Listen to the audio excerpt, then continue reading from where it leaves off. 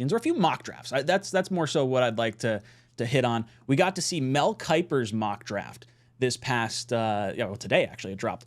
And the New York Jets wound up taking tackle out of Penn State, Olu Fashanu.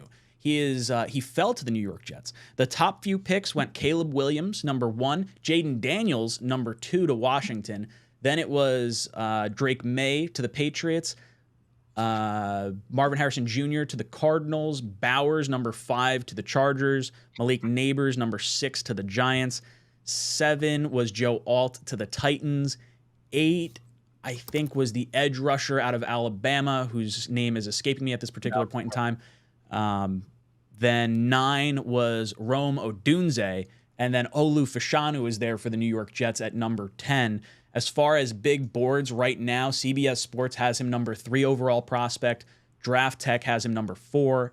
Pro Football Network has him number 5. PFF number 9. And NFL Draft Buzz as number 10. So the Jets would be getting a top 10 prospect at number 10, and for a lot of people, a top 5 prospect if this were the case.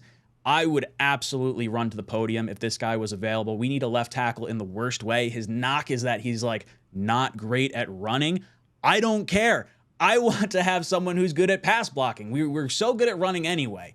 I can live with the growing pains from the running. He's 6'6", 319. He's a team captain. Another big thing Jet fans or Jet draft scouts look for. It's because they are leaders on their college team. They want leaders in the NFL as well. Both Sauce and Garrett, all those guys are captains from their college teams. 1,300 snaps at left tackle. He's deemed an exceptional athlete by his scouting report.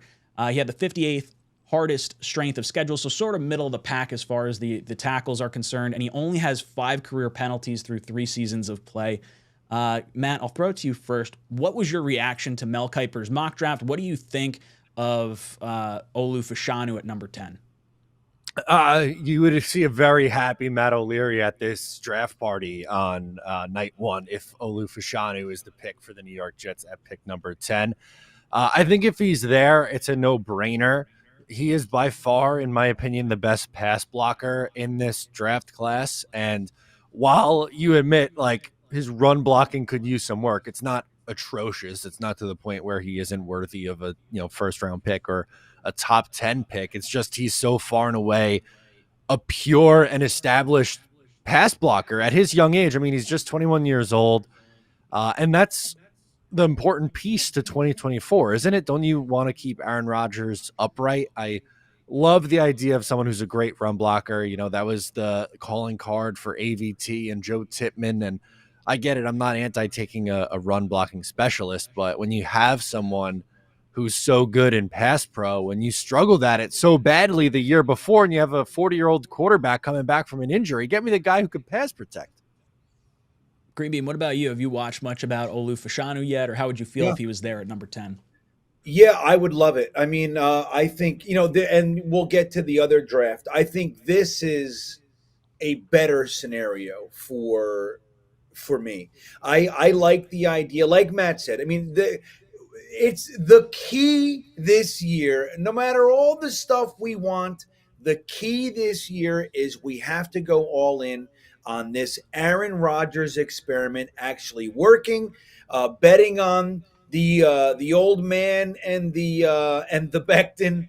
It didn't work, man. And we got a little window into how desperate, if you will, our need really is. Getting a guy, if you have to pick a weakness with the dependence upon Aaron Rodgers working out, if I had to pick a weakness, it would be the run game.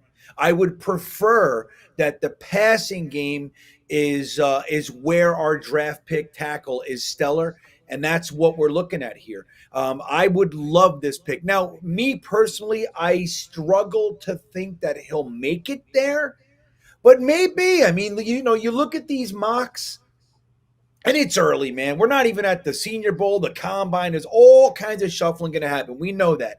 But just to talk about this the way that it is, if guys like Joe Alt are sliding to 7 and Fashanu is at 10, and then you still have the Mims and Fuagas and all those guys of the world out there, that would be best case scenario in my opinion, because we want to get one of those top tackles that look like they're going to have a good shot of being what we would call a blue chipper, somebody that can come in and impact the game right away. So not somebody who needs a year or two to really kind of develop into. We need it to work right now, and being able to do that, I think, would be stellar. I would love it if Fashanu landed at 10.